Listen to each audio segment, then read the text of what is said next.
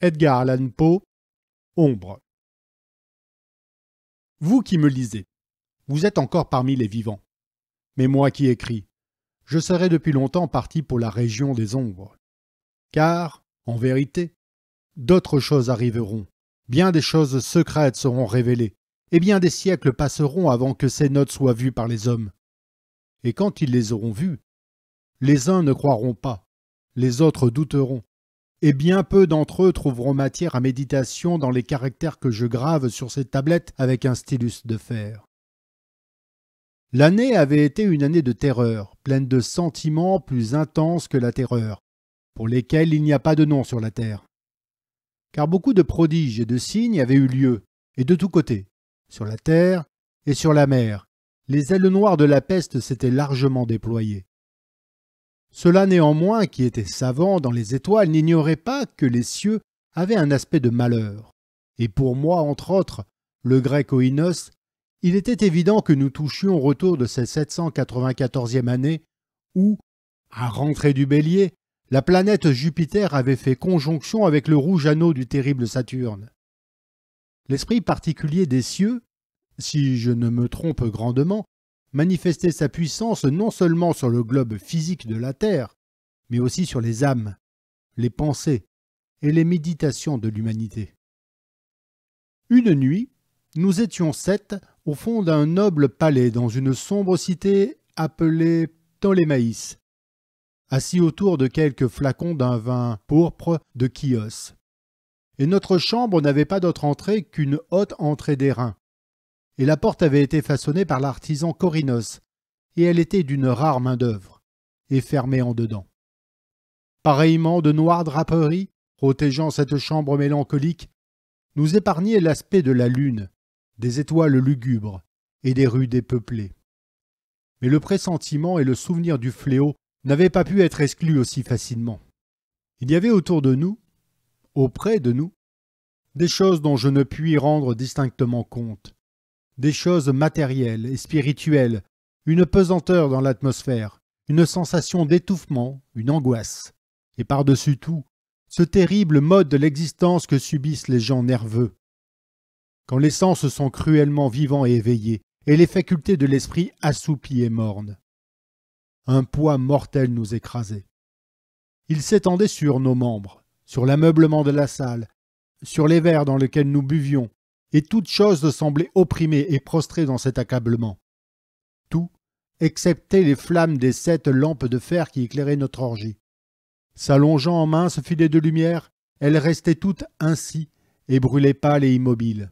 Et dans la table ronde d'ébène autour de laquelle nous étions assis, et que leur éclat transformait en miroir, chacun des convives contemplait la pâleur de sa propre figure et l'éclair inquiet des yeux mornes de ses camarades.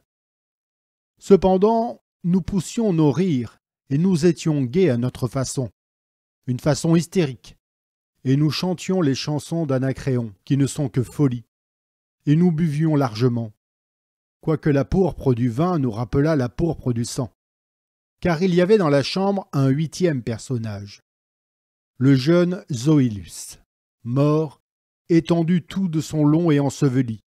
Il était le génie et le démon de la scène. Hélas, il n'avait point sa part de notre divertissement, sauf que sa figure, convulsée par le mal, et ses yeux, dans lesquels la mort n'avait éteint qu'à moitié le feu de la peste, semblaient prendre à notre joie autant d'intérêt que les morts sont capables d'en prendre à la joie de ceux qui doivent mourir. Mais bien que moi, Oïnos, je sentisse les yeux du défunt fixés sur moi, cependant je m'efforçais à ne pas comprendre l'amertume de leur expression, et regardant opiniâtrement dans les profondeurs du miroir d'ébène, je chantais d'une voix haute et sonore les chansons du poète de Théos. Mais graduellement mon chant cessa, et les échos, roulant au loin parmi les noires draperies de la chambre, devinrent faibles, indistincts, et s'évanouirent. Et voilà que du fond de ces draperies noires, où allait mourir le bruit de la chanson, s'éleva une ombre, sombre, indéfinie. Une ombre semblable à celle que la lune, quand elle est basse dans le ciel, peut dessiner d'après le corps d'un homme. Mais ce n'était l'ombre ni d'un homme, ni d'un dieu, ni d'aucun être connu. Et frissonnant un instant parmi les draperies, Elle resta enfin, visible et droite, sur la surface de la porte d'airain. Mais l'ombre était vague, sans forme, indéfinie. Ce n'était l'ombre ni d'un homme, ni d'un dieu de Grèce, ni d'un dieu de Chaldée, ni d'aucun dieu égyptien. Et l'ombre reposait sur la grande porte de bronze, et sous la corniche cintrée, et elle ne bougeait pas. Et elle ne prononçait pas une parole. Mais elle se fixait de plus en plus, et elle resta immobile. Et la porte sur laquelle l'ombre reposait était, si je m'en souviens bien, tout contre les pieds du jeune Zoïlus, enseveli. Mais nous, les 7 compagnons, ayant vu l'ombre, comme elle sortait des draperies, nous n'osions pas la contempler fixement, mais nous baissions les yeux et nous regardions toujours dans les profondeurs du miroir d'ébène. Et à la longue, moi, Oïnos, je me hasardais à prononcer quelques mots à voix basse, et je demandais à l'ombre sa demeure et son nom. Et l'ombre répondit : « Je suis ombre, et ma demeure est à côté des catacombes de Ptolémaïs, et tout près de ces sombres plaines infernales qui enserrent l'impur canal de Caron. » Et alors, tous les 7, nous nous dressâmes d'horreur sur nos sièges, et nous nous tenions, tremblants, frissonnants, effarés.